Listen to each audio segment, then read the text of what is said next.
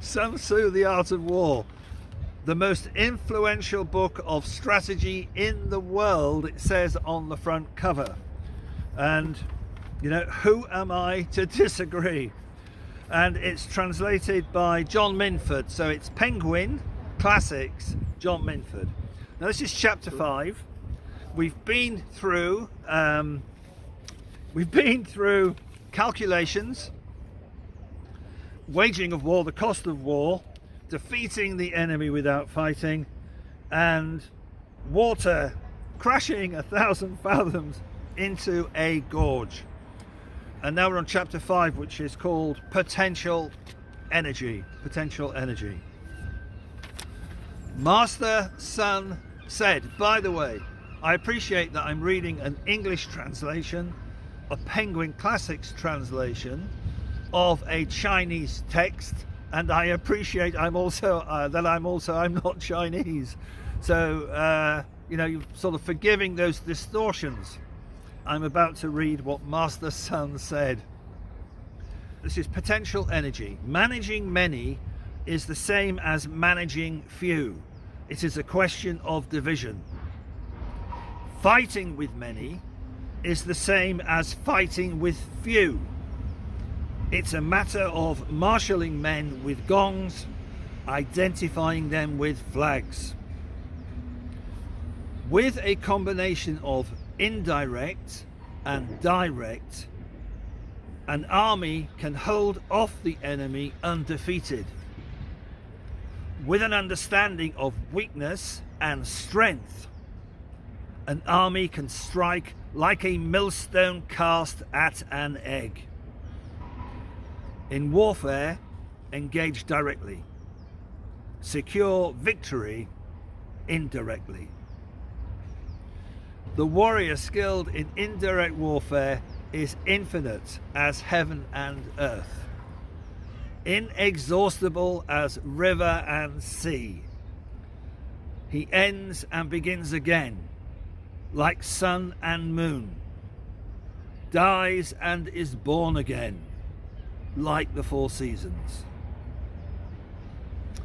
There are but 5 notes, and yet their permutations are more than can ever be heard. There are but 5 colours, and yet their permutations are more than can ever be seen. There are but 5 flavours, and yet their permutations are more than can ever be tasted. In the dynamics of war, there are but these 2, indirect and direct, and yet their permutations are inexhaustible. They give rise to each other in a never-ending, inexhaustible circle. A rushing torrent carries boulders on its flood. Such is the energy of its momentum. A swooping falcon breaks the back of its prey. Such is the precision of its timing.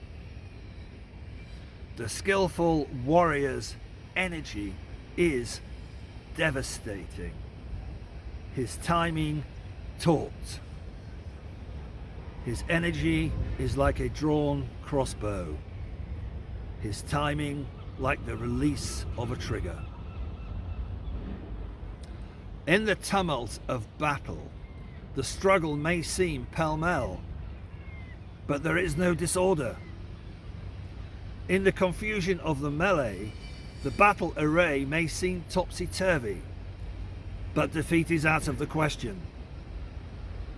Disorder is founded on order, fear on courage, weakness on strength. Orderly disorder is based on careful division, courageous fear on potential energy, strong weakness on troop dispositions. The warrior skilled at stirring the enemy provides a visible form, and the enemy is sure to come. He proffers the bait, and the enemy is sure to take it. He causes the enemy to make a move and awaits him with full force. The skillful warrior exploits the potential energy. He does not hold his men responsible. He deploys his men to their best, but relies on the potential energy. Relying on the energy, he sends his men into battle like a man rolling logs or boulders.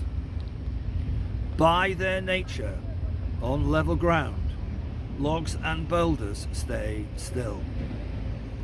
On steep ground, they move.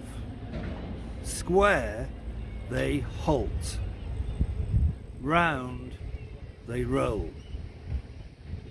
Skillfully deployed soldiers are like round boulders rolling down a mighty mountain side. These are all matters of potential energy. Great. If you like it, smash the like button. If you're interested, subscribe for more.